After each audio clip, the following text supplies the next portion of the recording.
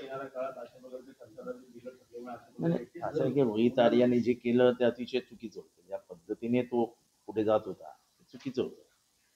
पण त्याच्यावरती पाळी का आली याचा विचारही समाजाने करणं खूप गरजेचं. बिल थकल्यामुळे कंटाळलेला माणूस काय लेवलला जातोय हे शोभणारी गोष्ट नाही. आणि दुसरी गोष्ट, त्याला 3 फुटावरनं गोळी मारली. आरामात एखाद्या पोलिसांनी 4 पोलीस जर त्याच्या अंगावर गेले असतील तर त्याला पकडूही शकले असते. हे शोकांतिक आहे की एखाद्या कंत्राटदाराला पैसे न मिळाल्यामुळे पाऊल उचलावं लागतं.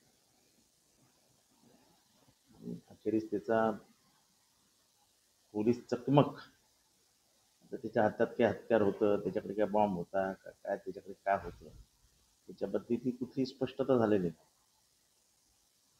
त्यांनी उचललेलं पाऊल अतिशय चुकीचं होतं, अतिशय चुकीचं. मुख्यमंत्री माझी शाळा सुंदर शाळा पीएलसी स्वच्छता महामंडळ प्रकल्पासाठी केलेल्या कामाचे सरकारने पैसे दिले नाही आणि सरकारसोबत त्याचे अनेक फोटो पत्रकारितेत त्यांनी अगोदर माझं तेच म्हणणं आहे की त्यांनी म्हणजे जे कारण पुढे येते लाजीरवाण आहे. म्हणजे सरकार आतापर्यंत 2-3 जणांनी आत्महत्या करण्याचा प्रयत्न केला, 1 जणांनी आत्महत्या केली आणि हे दुसरं इतकं भयंकर प्रकरण झालं. म्हणजे पैसे मिळत नसल्यामुळे कंत्राटदार ज्या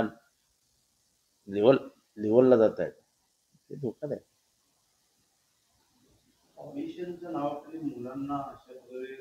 ते सोडून द्या, त्याच्याशी ते जाऊ द्या हो, ते जाऊ द्या हो. त्याला बिल मिळालं नाही ही 100% सत्य परिस्थिती, पण त्यांनी जो मार्ग अवलंबला तो चुकीचा. अनेक लोक आहेत जे महाराष्ट्रात अनेक जणांची बिलं थकली आहेत. जवळजवळ 90-1 लाख कोटी रुपयांची बिलं थकलेली आहेत.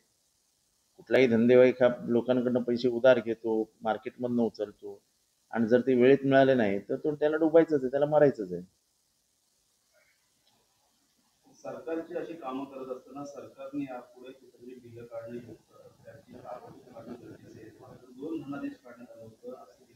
ते सगळ्या गोष्टी सोडून द्यावं.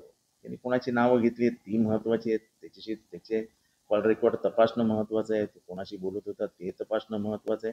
पण सर्वात महत्वाचं म्हणजे त्यांनी जी पद्धत अवलंबली ही खूप चुकीची होती आणि त्याच्यामुळे त्याला त्याच्या अंगावर आलं. पण पोलिसांनी जर त्याला पकडण्याचा प्रयत्न केला असता तर नक्कीच त्यांना यश आलं असतं आणि बिल वेळेत मिळालं असतं, कदाचित ह्या प्रसंग उद्भवला.